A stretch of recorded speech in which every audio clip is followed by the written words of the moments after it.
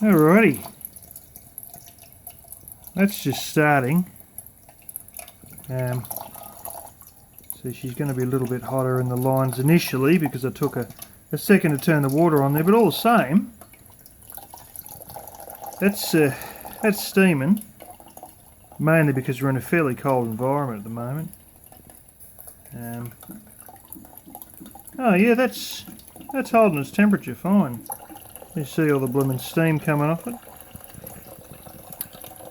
Still got a bit of condensation on the lines here though. There's my initial one there on the bottom, hand wound, and here's the secondary one from there to there, and there's the latest one. Gee, that must be coming through cold. I had it running about 5 minutes ago. We didn't have condensation down here. But as you can see there, that's all old paint that's still on. That one was bent by hand, not so good. This one was wrapped around itself, as you can see, and this one was just wrapped vertically, so it's the same thickness down there. Having said that, this one and this one use the sand method, and some people use salt instead. My water's getting full there. I have to change that over. Oh, I might just have to turn it off, I think. Oh, yeah. Alrighty. There you can go. You can actually see steam bubbles in there. The little bubbles floating around in the water there. That's what gives it that sandy sort of look. Yeah, that's not too bad at all, actually. That's running real slow. That's it's a bit faster. It's a litre a minute, basically. It's a bit faster than a quarter gallon per minute. That's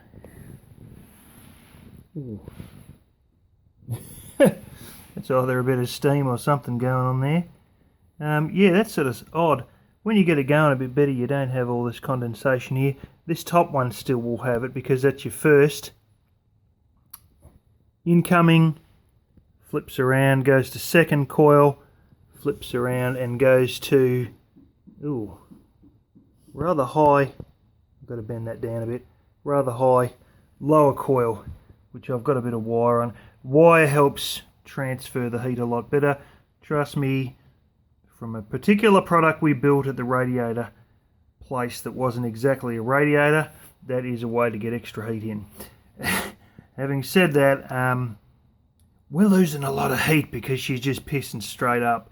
I sort of need to make like a sheet metal cover that goes over this and keeps as much warmth all in here. Not so much as to restrict the exhaust, but to make the most of the heat coming off.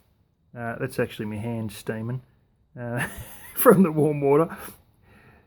To make use of the heat coming off this so it doesn't just gone. We try and keep the heat in as long as we can before letting it go up the exhaust.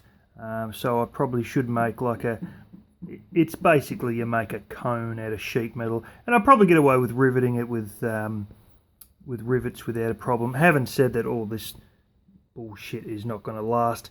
I'm going to have to go and get myself the little proper copper fittings. I've got some on other stuff, but they're brazed in, so I can't really get them out. If they're soldered in, I'll just hit it with a blowtorch. I've got a giant blowtorch, so I'll just hit it with that and melt them out, but pretty sure they're brazed in, so I think I'm stuffed. I'm going to have to go and buy like little right angle connectors and do a lot of soldering. And I probably should wrap the whole lot of this in wire to help get the most of the heat as I can. And although the bottom one's a bit hand done here, let's face it, I'm sort of I've used up all the long bits of copper pipe in 1/2 inch. I've got some that's 3/4 inch or 5/8 or something.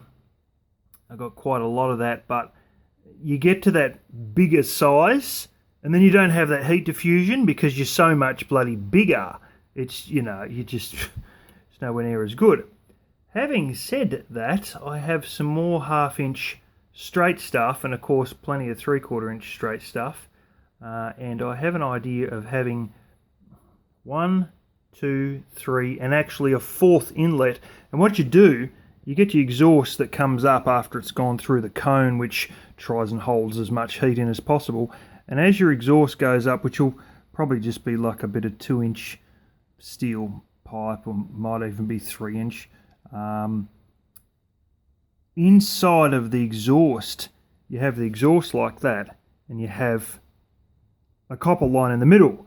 So this copper line runs most of the length of the chimney / exhaust, and then gets, and that's what is your initial heat of water before it hits 1, 2, 3 coils. Currently this coil is the first heat of the water that comes in, which is why it's wet with condensation, because it's the water's resisting warming up basically. But you got to realise that outside, right about now, we're at the glorious temperature outside of about 38 Fahrenheit or something like that on the ground, and that'd be 38 Fahrenheit / 3 degrees Celsius. Yeah, 3 is probably what this is feeding in at. So it's a wonder we're getting steam at all, to be honest.